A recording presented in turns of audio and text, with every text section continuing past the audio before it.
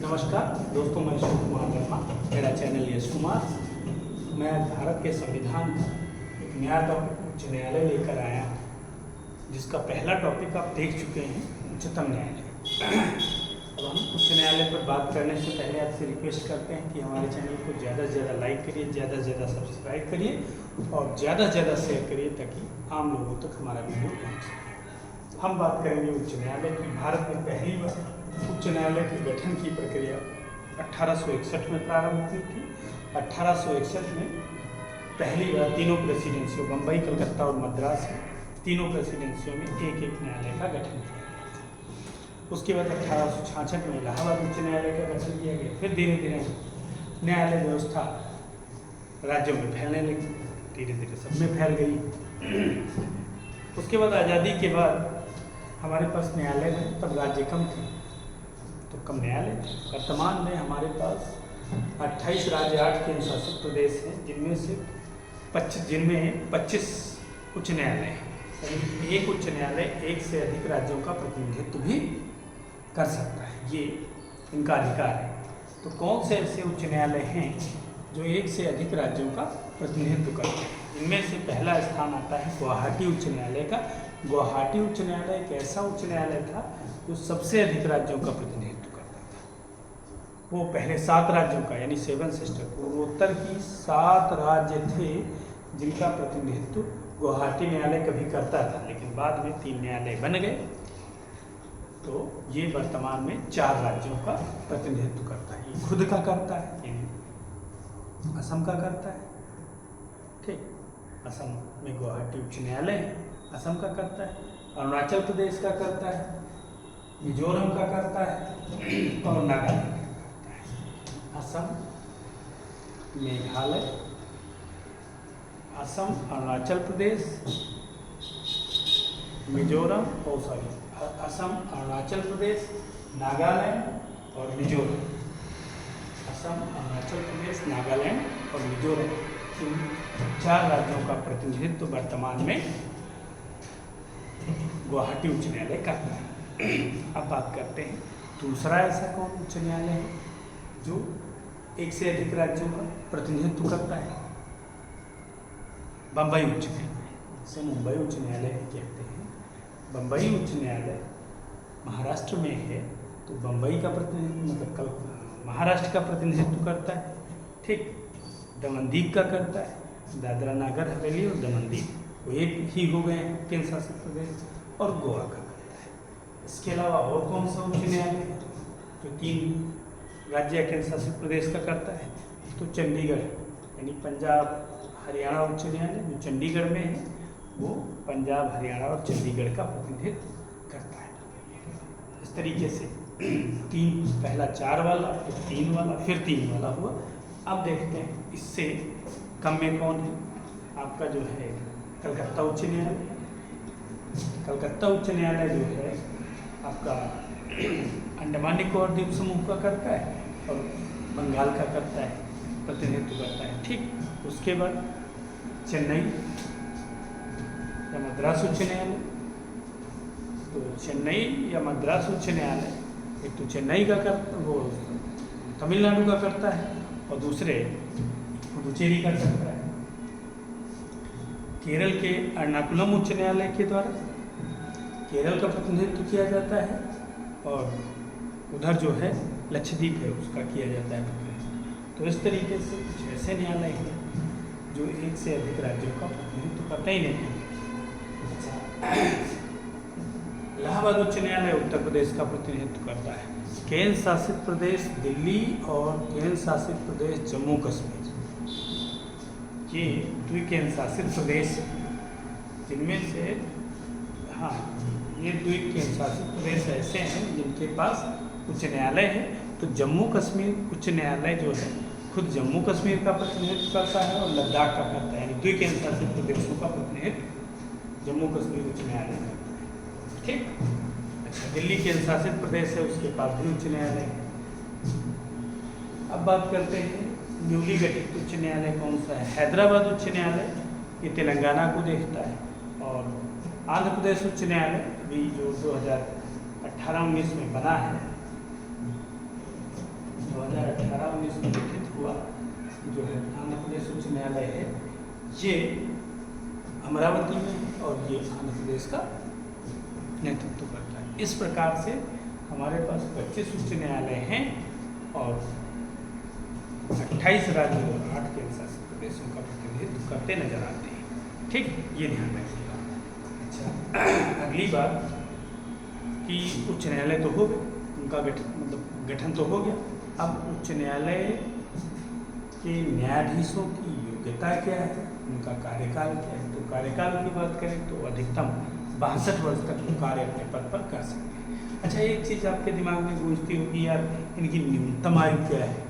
तो न्यूनतम आयु इनकी कुछ नहीं होती। असल में होता ये है, देखिए, यदि इंटर के बाद LLB करते हैं तो 5 साल की, और ग्रेजुएशन के बाद करते हैं तो 3 साल की। ठीक, 3 साल की LLB करोगे, फिर इनकी योग्यता जो कहती है, ठीक, वो योग्यता में कहता है कि कम से कम 10 वर्ष तक एक या एक से अधिक उच्च न्यायालय में अधिवक्ता होना चाहिए। तो 3 साल ये लग गए, 10 साल अधिवक्ता होने में। तो अधिवक्ता जैसे 10 साल पूरे होंगे, डॉक्टर थोड़ा ना बताएंगे तुम तुरंत जो है मैं न्यायाधीश बन जाऊँगी। कोई जुगाड़ सुगाड़ वाला काम इसमें चलता नहीं। इसमें तो योग्यता पहले रहती है, बाद में तो सब सारा कुछ रहता है। तो ऐसी स्थिति में यहाँ तक पहुँचने में बड़ा टेढ़ी खीर होता है। तो इसलिए न्यूनतम आयु कुछ ना है, अधिकतम आयु 62 वर्ष है, जबकि उच्चतम न्यायालय के न्यायाधीश बनने की अधिकतम आयु 65 वर्ष है। तो ये आयु का मामला हो गया। अब इनकी योग्यता क्या होती है? देखिए, भारत का नागरिक होना हमने बताया कि अनिवार्य है। दूसरी चीज़ ये कम से कम 10 वर्ष तक एक या एक से अधिक उच्च न्यायालय में महाधिवक्ता रहा, वो अधिवक्ता रहा, सॉरी वकील रहा, वो अधिवक्ता रहा, ठीक, अधिवक्ता रहा। फिर उसके बाद यदि ये योग्यता ना हो तो अथवा कम से कम 10 वर्ष तक एक या एक से अधिक सत्र न्यायालय में न्यायिक पद पर रहा, ये भी योग्यता ना हो तो राष्ट्रपति की दृष्टि में वो विधि का जानकार हो, ऐसे व्यक्ति को उच्च न्यायालय का न्यायाधीश नियुक्त किया जा सकता है। इसे आप ध्यान रखिए। ठीक, तो उच्च न्यायालय का न्यायाधीश बन गया मान लें कोई, तो उसको शपथ कौन दिलाएगा? जो मुख्य न्यायाधीश जो होता है उसे राज्यपाल शपथ दिलाते हैं। उच्चतम न्यायालय के मुख्य न्यायाधीश को राज्यपाल शपथ दिलाते हैं, उस राज्य का राज्यपाल। अन्य न्यायाधीश हैं भी मुख्य न्यायाधीश शपथ दिला देता है। इस तरीके से इनका सिस्टम चलता रहता है।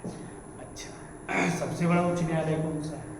तो इलाहाबाद उच्च न्यायालय सबसे बड़ा उच्च न्यायालय है, जिसमें 160 न्यायाधीश हैं। ये ध्यान रखिएगा। फिर उच्च न्यायालय के कार्य का है, कार्य भी तो होते हैं उच्च न्यायालय के। तो उच्च न्यायालय के कार्यों की चर्चा यदि हम आपसे करें तो बहुत कोई कार्य ना है। जैसे उच्चतम न्यायालय के कार्य हैं, वैसे ही उच्च न्यायालय के भी कार्य होते हैं। कार्य में कोई विशेषता है, बस ये है जैसे उनके कार्य वैसे इनके कार्य। तो देखिए, ये अपीलीय न्यायालय होता है, ये अभिलेखीय न्यायालय होता है। देखिए, ये तो सब ठीक ठीक है। अपीलीय न्यायालय होगा, अभिलेखीय न्यायालय होगा, आरंभिक क्षेत्राधिकार रखिएगा, ये भी करेगा, लेकिन इनके आरंभिक क्षेत्राधिकार बदले हुए हैं। ठीक, तो भी हम चर्चा कर लेंगे आपसे। और सत्र न्यायालयों पर नियंत्रण रखेगा, ये सब इनके कार्य हैं। अच्छा, आरंभिक क्षेत्राधिकार इनके काम होते हैं। असल में उसमें हमने देखा था जब राज्य के मध्य, उच्चतम न्यायालय में हमने देखा था राज्य के मध्य, राज्य केंद्र के मध्य, राज्य केंद्र एवं राज्यों के मध्य जब विवाद होता है तो उसका निपटान उच्चतम न्यायालय करता था। अच्छा, इसमें ये ना है, इसमें पागल दिवालिया लोगों, पागल लोगों का, ठीक, जो अक्षम लोग हैं, सक्षम नहीं हैं, अक्षम लोग, पागल लोग हैं, दिमाग से मंदबुद्धि वाले हैं, उनके विवादों का निपटारा यहीं पर होता है। जैसे मान लीजिए कोई पागल व्यक्ति है, उसकी जमीन कोई ले ले, ठीक, तो उसके विवाद का निपटारा करने के लिए उच्च न्यायालय में वाद प्रस्तुत करेंगे और उच्च न्यायालय उसकी सुनवाई करेगा। तो इस तरीके से उच्च न्यायालय के कार्य भी हो गए। अब हम अगले टॉपिक की चर्चा करते हैं। तो भारत के प्रमुख आयोग, योजना आयोग, चाहे नीति आयोग, चाहे राष्ट्रीय विकास विकास परिषद हो चाहे वित्त आयोग हो, सबकी चर्चा करेंगे जो संविधान में उल्लिखित हैं और नहीं, संवैधानिक हो या गैर संवैधानिक हो। तो हम गैर संवैधानिक या संविधानेतर की बात करेंगे। सबसे पहले संविधानेतर संविधान से हट करके हैं जो मंत्रिमंडलीय सलाह पर निर्मित किए गए हैं, उनमें पहला आयोग आता है योजना आयोग। ठीक, योजना आयोग ये बहुत महत्वपूर्ण आयोग था पहले। ठीक, अब इसके स्थान पर नीति आयोग का गठन कर दिया गया है। योजना आयोग जो है इसका गठन हुआ था 15 मार्च 1950। यानी योजना आयोग का गठन 15 मार्च 1950 को हुआ था। जब गांधी जी ने एक सपना देखा था, वो पहले उसको साकार करने के लिए रामराज का सपना, तो उसको साकार करने के लिए योजना आयोग का गठन किया गया। इसके पहले अध्यक्ष पहले प्रधानमंत्री जवाहरलाल नेहरू थे और इसके उपाध्यक्ष जिनकी नियुक्ति मंत्रिमंडल प्रधानमंत्री करता है। ठीक, तो प्रधानमंत्री ने जिनकी नियुक्ति की वो गुलजारीलाल नंदा जी थे। ठीक, योजना आयोग 1 जनवरी 2015 को समाप्त हो गया। ठीक, उसके स्थान पर नीति आयोग आ गया। तो योजना आयोग के पहले उपाध्यक्ष गुलजारीलाल नंदा जी थे। अंतिम उपाध्यक्ष कौन थे? वो मोंटेक सिंह अहलवालिया थे। इन मोंटेक सिंह अहलवालिया योजना आयोग के अंतिम उपाध्यक्ष थे। ठीक, ये आपको ध्यान रखना है। अच्छा, एक चीज़ यहाँ पर और ध्यान रखेंगे, तो अंतिम अध्यक्ष कौन थे? हमने बताया पहले अध्यक्ष तो जवाहरलाल नेहरू थे और अंतिम अध्यक्ष हमारे प्रधानमंत्री नरेंद्र मोदी जी थे। तो इस तरीके से योजना आयोग के अध्यक्ष हो गए। सदस्य राज्यों की सहभागिता नहीं थी, केंद्रीय कैबिनेट के मंत्री इसके सदस्य होते थे। तो ऐसी स्थिति में ये काम क्या करता था, ये योजनाएं बनाता था, लेकिन योजनाओं को अंतिम रूप राष्ट्रीय विकास परिषद देता था। तो इसकी समीक्षा की गई थी, तो कहा गया कि राज्यों की भागीदारी ना, इसलिए दूसरी संस्था बना दी, राष्ट्रीय विकास परिषद। जब राष्ट्रीय विकास परिषद बनाया गया तो ये सोच करके बनाया गया था 6 अगस्त 1952 को, ठीक, कि ये संस्था जो है राज्यों का प्रतिनिधित्व करेगी। उसमें राज्यों के मुख्यमंत्रियों और केंद्र शासित प्रदेशों के उपराज्यपालों भी सम्मिलित किया गया था। तो इस तरीके से ये लगने लगा था कि राष्ट्रीय विकास परिषद राज्यों का नेतृत्व करेगी, यानी राज्यों का को भी शामिल उसमें कर दिया गया। अच्छा, ये सारी व्यवस्था हो गई, यानी राष्ट्रीय विकास परिषद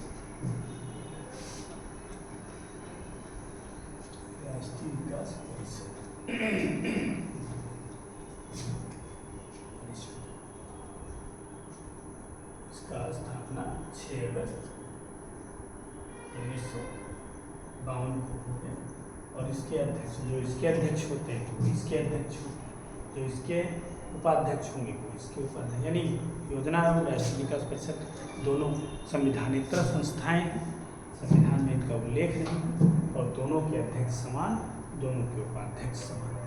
ठीक, तो जो राष्ट्रीय विकास परिषद का गठन किया गया तो इसमें ये सोचा गया कि अब राज्यों की भागीदारी बढ़िया चल रही है, सब कुछ ये योजनाएं बनाते ये योजनाओं को अंतिम रूप दे देते, काम खत्म हो जाता है। फिर उसके बाद जब सत्ता का परिवर्तन आया और मोदी जी आए तो इन्होंने कुछ नया करने को सोचा और 1 जनवरी 2015 को योजना आयोग के स्थान पर नीति आयोग ले गए। नीति आयोग आया और नीति आयोग ने आकर के योजना आयोग को ख़त्म कर दिया, अपना कार्यभार संभाला। और नीति आयोग के पहले अध्यक्ष आपके नरेंद्र मोदी जी और वर्तमान भी अध्यक्ष वही हैं, लेकिन इसके पहले उपाध्यक्ष योजना आयोग नीति आयोग के पहले उपाध्यक्ष अरविंद पनगाड़िया थे, वर्तमान सुमन बेदी। अच्छा, तो ये जो नीति आयोग राष्ट्रीय विकास परिषद, इसके पहले अध्यक्ष जवाहरलाल नेहरू, नीति आयोग के पहले अध्यक्ष राष्ट्रीय विकास परिषद के पहले अध्यक्ष जवाहरलाल नेहरू साहब और वर्तमान अध्यक्ष नरेंद्र मोदी जी, और इस राष्ट्रीय विकास परिषद के पहले उपाध्यक्ष गुलजारीलाल नंदा जी और वर्तमान उपाध्यक्ष सुमन बेरी जी। ठीक, इस तरीके से राष्ट्रीय विकास परिषद हमने बताया आपको नीति आयोग योजना आयोग के स्थान पर लाया गया है, तो हम नीति आयोग की चर्चा आपसे करें। नीति आयोग का प्रधान क्या होता है? नीति आयोग, उसकी स्थापना हुई है 1 जनवरी 2015। हमने बताया, पूछा आपसे नीति आयोग का पूरा नाम क्या है, तो नेशनल, अंग्रेजी में लिखा जाता है national institution for transforming India, राष्ट्रीय भारत परिवर्तन संस्थान। इसकी स्थापना 1 जनवरी 2015 को की गई थी। इसमें मोदी जी ने बड़ा आमूलचूल परिवर्तन करने का प्रयास किया और इसके पहले अध्यक्ष जवाहरलाल नेहरू जी और आपके नरेंद्र मोदी जी, इसके नीति आयोग के पहले अध्यक्ष नरेंद्र मोदी जी और वर्तमान अध्यक्ष भी नरेंद्र मोदी जी हैं। इसके उपाध्यक्ष, पहले उपाध्यक्ष अरविंद पंगारिया जी और वर्तमान उपाध्यक्ष सुमन बेरी।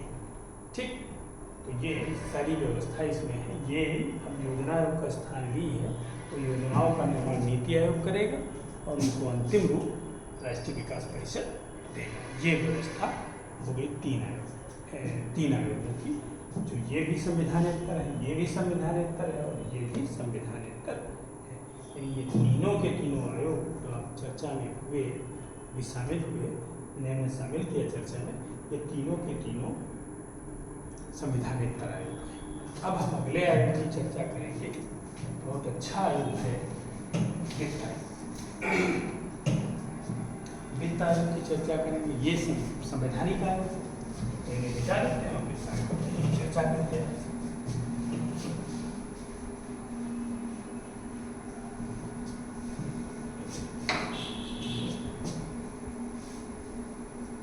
वित्त आयोग से देखते हैं,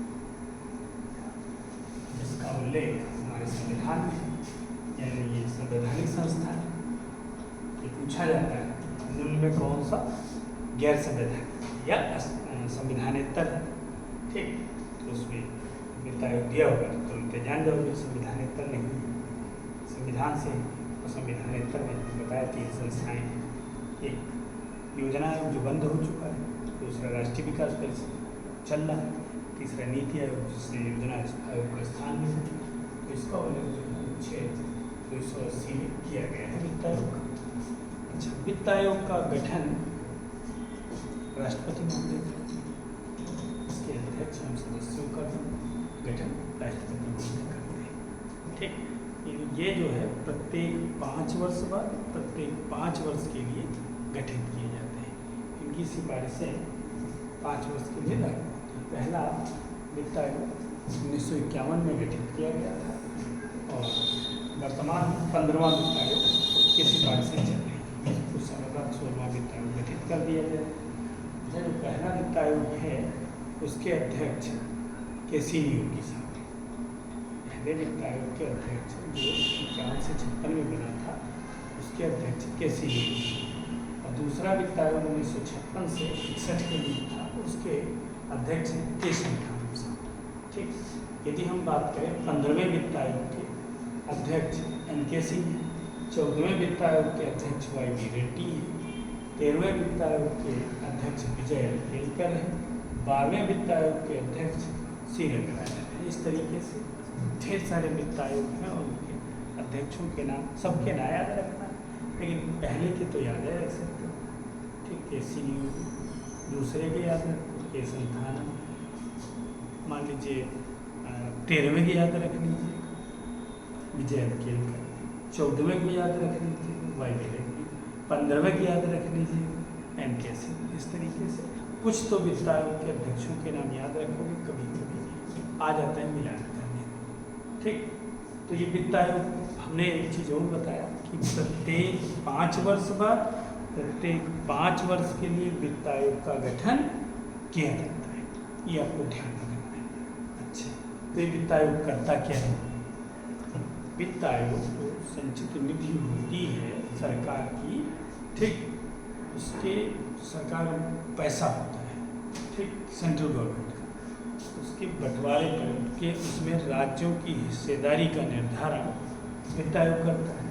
तो 15वें वित्त आयोग ने राज्यों की हिस्सेदारी निर्धारित की है 41%। क्यों? क्योंकि 14वें ने 42% की थी, लेकिन जम्मू कश्मीर और लद्दाख नए केंद्र शासित प्रदेश बन गए, इसलिए राज्यों का कोटा कम हो गया, यानी 41% निर्धारित की गई है केंद्रीय करों में राज्यों की हिस्सेदारी। इस तरीके से वित्त आयोग ने 15वें वित्त आयोग अपना सिफारिश कर दिया है। इस तरीके से यह हमारा वित्त आयोग समाप्त हुआ। अब अगला आयोग है निर्वाचन आयोग, और इस नहीं लोक सेवा आयोग। अच्छा, वित्त आयोग का उल्लेख भाग 12 में, अनुच्छेद 280 में, अभी ये पूछा भी गया था विशेष में, ठीक। अगले आयोग की हम चर्चा करेंगे लोक सेवा आयोग, ठीक, भाग 12। अब हम अगले आयोग की चर्चा करेंगे लोक सेवा आयोग। लोक सेवा आयोग, इसका उल्लेख अनुच्छेद 315 लोक सेवा आयोग, और इसका उल्लेख भाग 14 में, ये भी ध्यान रखिए। तो लोक सेवा आयोग की चर्चा हम आपसे कल करेंगे, और कल हम अपना अगला वीडियो लेकर के आएंगे, ठीक। हमारे चैनल को लाइक करिए, सब्सक्राइब करिए, ज़्यादा से ज़्यादा शेयर करिए, और हमारी कमियों को, हम अपनी कमियों में सुधार कर सकें, आप हमें कमेंट जरूर करिए। जय हिंद, जय भारत।